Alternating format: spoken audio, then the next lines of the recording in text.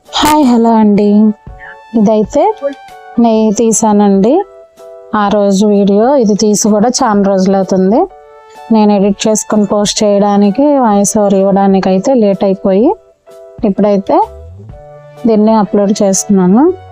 అయితే ఇదంతా ఒక నెల రోజులు పాల మీద తీసిన మేగడ అనమాట. ఆ మేగడను అయితే ఫ్రిడ్జ్లో స్టోర్ చేసుకుంటాను. పాలు కాసిన తర్వాత అది చల్లారిపోయిన తర్వాత ఫ్రిడ్జ్లో పెట్టి ఆ నెక్స్ట్ డే ఆ మేగడ తీస్తే మందంగా అయితే మేగడ కట్టేస్తుంది. ఆ మేగడను తీసి ఒక బాక్స్లో స్టోర్ చేసి ఫ్రిడ్జ్లో అయితే పెట్టేసేస్తాను.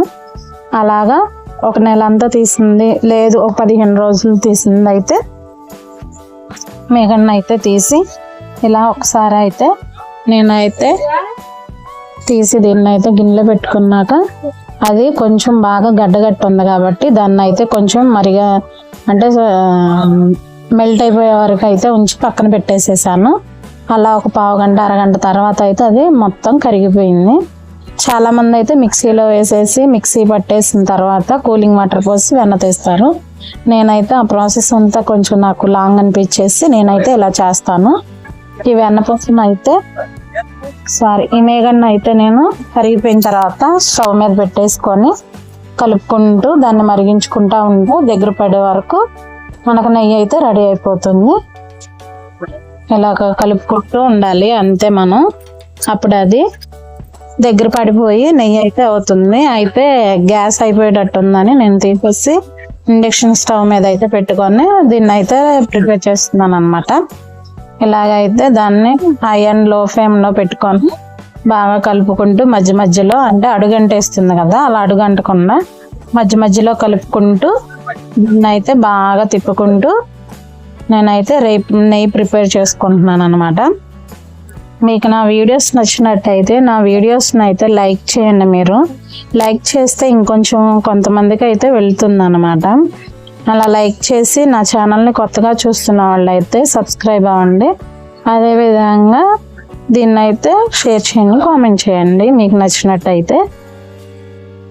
ఇలాగ మధ్య మధ్యలో కలుపుకుంటూ తిప్పుకుంటూ నెయ్యినైతే మనం అయితే ప్రిపేర్ చేసేసుకున్నాము. ఇదైతే హోమ్ మేడ్ నెయ్యేనండి. దీంట్లో అయితే ఇంకా అసలు ఏమి వేయడం లేదు. ఓన్లీ మరిగేంత వరకు మనం అయితే దగ్గరే ఉండి అలా కలుపుకుంటూ అడుగంటకుండా చుట్టూరు వచ్చిందాన్ని కూడా మధ్యలోకి లాగి తిప్పుకుంటూ మరిగిస్తూ హై అండ్ లో ఫ్లేమ్లో అయితే పెట్టుకొని మరిగించుకుంటూ ఉంటే నెయ్యి అయితే దగ్గర పడిపోతుంది. ఇలా మరుగుతూ ఉండగా చూడండి, దగ్గర పెట్టి చూపిస్తున్నాను. ఇదైతే చాలా వరకు తగ్గిపోయింది, పొసగా వస్తుంది కదా. ఇలాగే మరుగుతూ ఉండగా బాగా మరిగించేసుకోవాలి. కాకపోతే మనం తిప్పుతూనే ఉండాలి. ఇది ఒక్కటే ప్రాసెస్. ఇలా తిప్పుతూ ఉంటే అది అడుగంటకుండా ఏమన్నా అడుగంటున్నా కూడా అది కూడా మామూలుగా అయిపోతుంది. ఇలా తిప్పుకుంటూ చిక్కబడే వరకు చేసుకుంటా ఉంటే మనకు నెయ్యి అయితే వస్తుంది. ఇది ఎలా మరుగుతుండగా దీంట్లో అయితే బాగా మరిగి మనకు నెయ్యి అయితే సైడ్లో అమ్మటూ వదులుతూ ఉంటుంది. అలా వదిలిన తర్వాత అది మొత్తం దగ్గరకు లాగేసి పెట్టేసేసుకొని మరుగుతుండగా హై అండ్ లో ఫ్లేమ్లో పెట్టుకొని ఇంకా తర్వాత ఏంటంటే అది మరుగుతున్నప్పుడు మనం మంచి వాసన రావాలనుకుంటే కరివేపాకు ఉంటుంది కదా, అది వేసుకుంటే బాగా వస్తుంది. ఇది బాగా దగ్గర పడి ఉడిగిపోయి నెయ్యి బయటకు వచ్చిన తర్వాత నేనైతే కరివేపాకు వేసుకొని చేసుకుంటాను.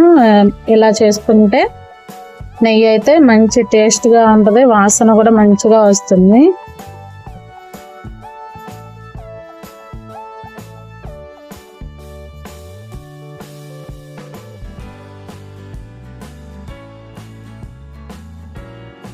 ఇదిగో చూడండి, ఇప్పుడు చూపిస్తున్నాను కెమెరా దగ్గర పెట్టి. అదిగోండి నెయ్యి వదులుతుంది కదా, అలా నెయ్యి వదిలిన తర్వాత ఇంకా మరుగుతూ ఉంటుంది. కాకపోతే ఆ తొరకల మీద పడితే కాలుతాయి.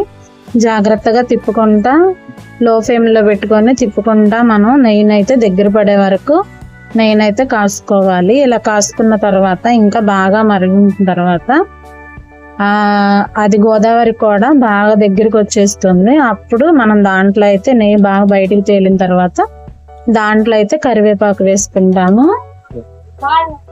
మీకు నా వీడియోస్ నచ్చినట్టయితే లైక్ చేయండి, అలాగే నా ఛానల్ని అయితే సబ్స్క్రైబ్ అవ్వండి. ఇదంతా నెయ్యి కాచుకున్న తర్వాత ఆరిపోయిన తర్వాత గిన్నెలోకి అయితే తీసుకొని స్టోర్ చేసుకుంటాను.